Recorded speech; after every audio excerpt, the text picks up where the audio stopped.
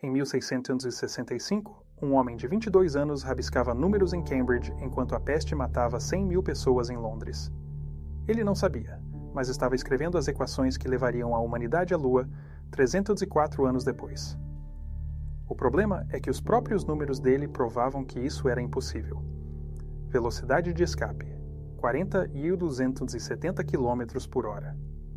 Nenhum cavalo, nenhuma pólvora, nenhum mecanismo conhecido no século XVII chegava perto. E ainda assim, 2 homens pisaram lá com o Apollo 11. E em abril de 2026, a missão Artemis II foi além. O que você vai ver agora é o encontro que nunca aconteceu, mas que explica tudo. Físico tinha 22 anos quando começou a calcular o impossível. Não por ambição, por tédio. Cambridge estava fechada. A peste bubônica havia matado 1/5 da população de Londres. Não havia aulas, não havia orientação formal. Havia apenas tempo, papel e uma pergunta que não o deixava dormir. Se uma maçã cai, por que a Lua não cai? A resposta que ele encontrou criou um problema. A Lua não cai porque está em queda constante, mas sempre erra a Terra. Velocidade orbital. Equilíbrio entre gravidade e movimento tangencial.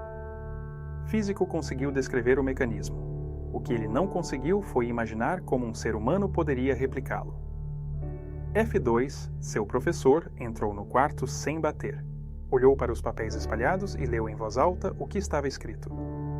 Para que um corpo escape da atração terrestre sem retorno, seria necessária uma velocidade inicial de aproximadamente 11.000 metros por segundo. Físico não levantou os olhos. Respondeu que isso equivalia a 40.000 km por hora e que nenhum projétil atingia essa marca, nem se disparassem de um canhão do tamanho de uma catedral. F2 sentou-se e concluiu que então a Lua era inacessível. Físico discordou em parte. Disse que matematicamente não era impossível, mas praticamente sim. Explicou que a energia necessária para acelerar uma massa humana até essa velocidade excedia qualquer combustão conhecida. A pólvora negra gerava 3 megajoules por quilo. Seria necessário algo que gerasse 30 vezes mais e que pudesse sustentar o impulso por minutos, não milissegundos. F2 levantou outro problema: o vácuo entre a Terra e a Lua. Físico enumerou os obstáculos. Sem ar, não há respiração. Sem pressão atmosférica, os fluidos do corpo fervem a 37 graus. A temperatura no vácuo oscila entre 120 graus positivos sob o Sol e 270 negativos na sombra. Nenhum material conhecido pelo homem resiste a uma variação de 390 graus em ciclos repetidos. E havia outro problema: qualquer combustível líquido frio o suficiente para gerar energia densa evaporaria antes de ser usado. Físico calculava que um líquido a menos 250 graus negativos fervia espontaneamente em qualquer recipiente conhecido. O silêncio durou 10 segundos. F2 olhou para a janela e perguntou por que então Físico continuava calculando. Físico finalmente ergueu o rosto e respondeu que os números não mentem. Se existe uma velocidade de escape, existe um caminho. Ele só não sabia qual. Foi nesse momento que uma folha de papel caiu no chão, mas não das mãos de Físico. O homem não disse seu nome de imediato. Cambaleou, apoiou-se na parede. Respirou fundo 3 vezes antes de conseguir falar. Então pediu desculpas pela intrusão.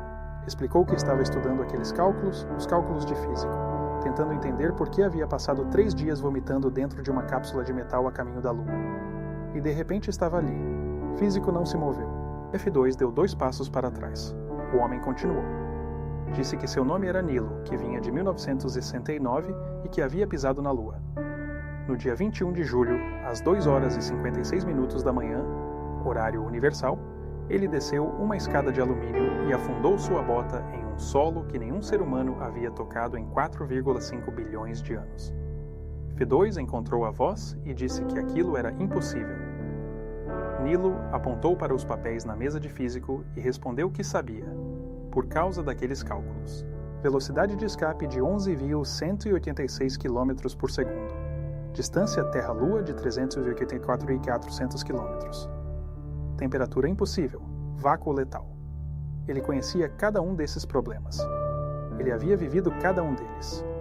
Físico levantou-se e perguntou como. Nilo explicou que usaram um foguete, não um canhão, um foguete de 3 estágios chamado Saturno V altura, 110 metros. Peso na decolagem, 2.970 toneladas. 5 motores F1 no primeiro estágio, queimando querosene refinado e oxigênio líquido, gerando 34 megafísicos de empuxo. Isso equivalia a 7,6 milhões de libras de força. Subiram a 4G por 11 minutos até atingir a órbita terrestre. Físico interrompeu e perguntou sobre o problema do líquido que ferve. Como mantinham o combustível estável?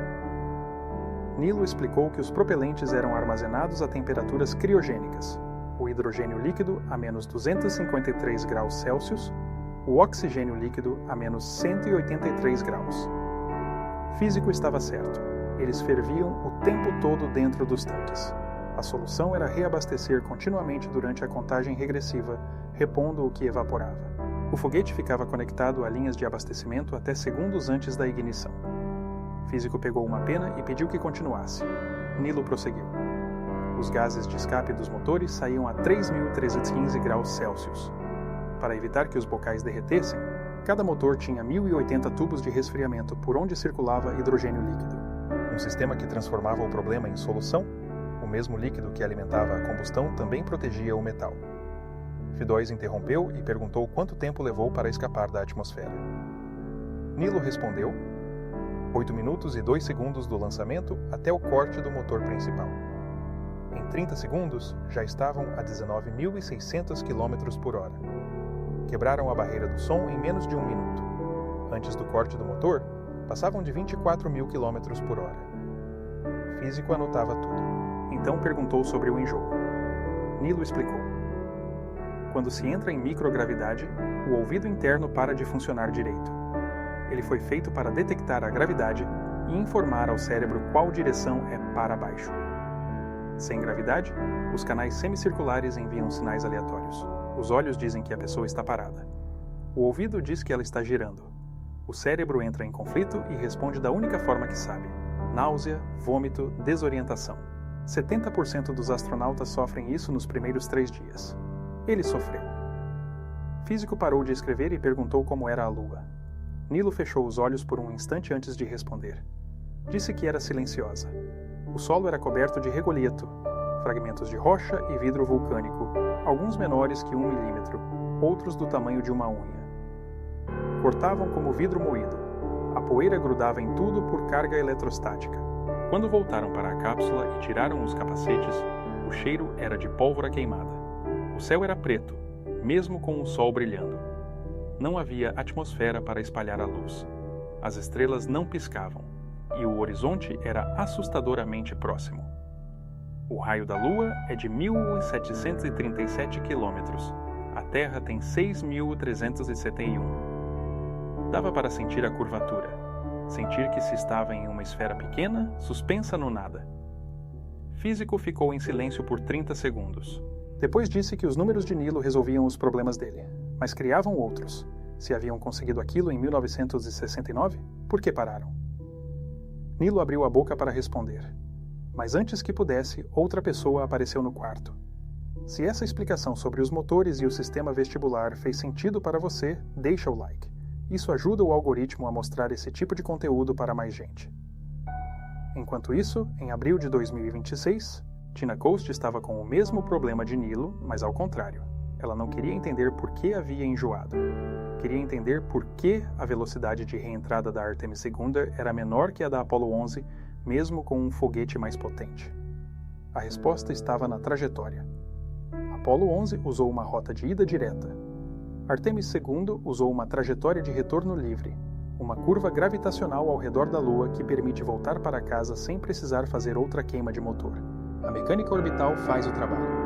Tina foi buscar os fundamentos, chegou até os princípios de físico, e quando leu a equação original da velocidade de escape, sentiu uma vertigem que não era enjoo, era deslocamento. Tina não precisou se apresentar. Nilo a reconheceu pelo uniforme. Físico a reconheceu pelos números que ela carregava, impressos em papel branco, com fontes que ele nunca tinha visto. Físico disse que ela era de depois de 1969. Não era uma pergunta. Tina confirmou. Disse que vinha de abril de 2026 e que haviam acabado de completar a missão Artemis II. 4 astronautas. 10 dias de viagem. Sobrevoo lunar a 6.550 quilômetros da superfície. Foram mais longe do que qualquer humano na história. 400 mil quilômetros da Terra, quebrando o recorde da Apollo 13. Nilo franziu a testa e perguntou sobre o foguete. Tina explicou que o SLS, Space Launch System, era mais alto que a Estátua da Liberdade. 98 metros. Gerava 39 megafísicos de empuxo, 15% mais que o Saturno Sion, e carregava 733 mil galões de propelente, o equivalente a uma piscina olímpica e meia. 2 boosters sólidos de 17 andares cada, pesando 725 mil quilos cada um. Queimavam por 2 minutos e meio. 4 motores RS-25 no estágio central, queimando por 8 minutos. Físico interrompeu. Perguntou se ainda usavam os tubos de resfriamento que Nilo havia descrito. Tina confirmou. Os motores RS-25 eram versões atualizadas dos mesmos motores usados no programa do ônibus espacial. Os gases ainda saíam a mais de 3.300 graus. Os 1.080 tubos ainda circulavam hidrogênio líquido. Algumas soluções não precisam ser reinventadas, precisam ser refinadas. F2 perguntou quanto tempo levaram para atingir a órbita. Tina respondeu: 8 minutos e 2 segundos, exatamente o mesmo tempo que a Apollo. Algumas coisas são ditadas pela física, não pela tecnologia. Nilo perguntou se haviam apenas sobrevoado, sem pousar. Tina explicou que ainda não pousaram. O primeiro pouso tripulado desde 1972 estava previsto para 2028. Mas a Artemis II provou que a cápsula Orion, que eles batizaram de Integrity, funcionava com humanos a bordo. Físico perguntou sobre a reentrada. Tina descreveu. A cápsula voltou a 38.600 km por hora. O escudo térmico atingiu 2.760 graus Celsius. Em 13 minutos, desceram de 120 mil metros até o oceano. Durante 6 minutos, perderam contato com a Terra. O plasma formado pelo atrito bloqueava qualquer sinal de rádio. Físico disse que 57 anos haviam se passado entre Nilo e ela. Queria saber por quê. Tina hesitou antes de responder. Disse que foram política, orçamento, prioridades. Depois da Apollo 17, em 1972, não havia mais corrida espacial. A União Soviética desistiu. O financiamento secou. Passaram décadas construindo estações orbitais em vez de ir mais longe. Ela então contou algo que achava que Físico apreciaria. Durante a contagem regressiva da Artemis II, uma bateria do sistema de aborto de lançamento mostrou temperatura fora do padrão. A equipe precisava verificar se era falha do sensor ou da bateria. A solução foi buscar um equipamento da era do ônibus espacial, guardado há décadas no prédio de montagem, e usá-lo para testar o sistema. Funcionou. Lançaram no horário. Físico perguntou se agora haviam voltado de verdade. Tina confirmou, e disse que dessa vez era para ficar. O objetivo não era só pisar na Lua, era construir uma base, extrair recursos, usar a Lua como trampolim para Marte. Físico olhou para seus próprios cálculos e começou a raciocinar em voz alta. A velocidade de escape de Marte era menor, cerca de 5 km por segundo, mas a distância média era de 225 milhões de quilômetros. A viagem levaria... Tina completou. 7 meses, no mínimo, com a tecnologia atual. O silêncio no quarto durou mais do que qualquer um esperava. Foi F2 quem quebrou. Disse que os dois, Nilo e Tina, haviam chegado ali por acidente, estudando números, os mesmos números, e apontou para Físico, os números dele. Tina assentiu e disse que a física não muda. O que muda é a engenharia. Físico havia dado as equações, Nilo provou que elas funcionavam. Ela estava provando que elas ainda funcionavam, 304 anos depois de serem escritas, naquele quarto, naquela mesa. Tina então tirou do bolso o pequeno pelúcia. Explicou que se chamava Rise, desenhado por uma criança de 8 anos chamada Lucas. Representava a Lua usando a Terra como chapéu. Dentro dele, um cartão com 5 milhões de nomes. Pessoas que quiseram fazer parte da viagem. Disse que aquilo era o que a Artemis II significava? Não era só uma missão técnica. Era um convite. Físico olhou para a vela mais próxima. A chama oscilava. Então perguntou se o que ele escrevia ali, naquele momento, ainda estaria correto quando eles estivessem em Marte. Nilo respondeu que estaria correto quando estivessem em qualquer lugar. A gravidade não muda, a velocidade de escape não muda.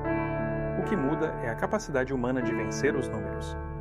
E se você quer acompanhar os próximos crossovers temporais, política, física e história se cruzando, se inscreve no canal. Toda semana tem vídeo novo. 3 pessoas de 3 séculos diferentes, reunidas por um acidente que não deveria existir, mas que só foi possível porque os números sempre estiveram certos. Físico não viveu para ver a Lua ser alcançada. Nilo não viveu para ver a Lua ser reocupada. Tina não sabe o que vem depois, mas os cálculos sabem. E a trajetória de retorno livre que trouxe a Artemis II de volta para casa, sem precisar de uma única queima adicional de motor, é a mesma curva gravitacional que Físico descreveu naquele quarto em 1665. A Lua puxa, a Terra puxa de volta, e no meio, 4 astronautas voltaram para casa porque a matemática nunca falha. Se você quer ver mais encontros como esse, atravessando séculos, conectando dados, revelando o que a física sempre soube antes de nós, não perca o próximo.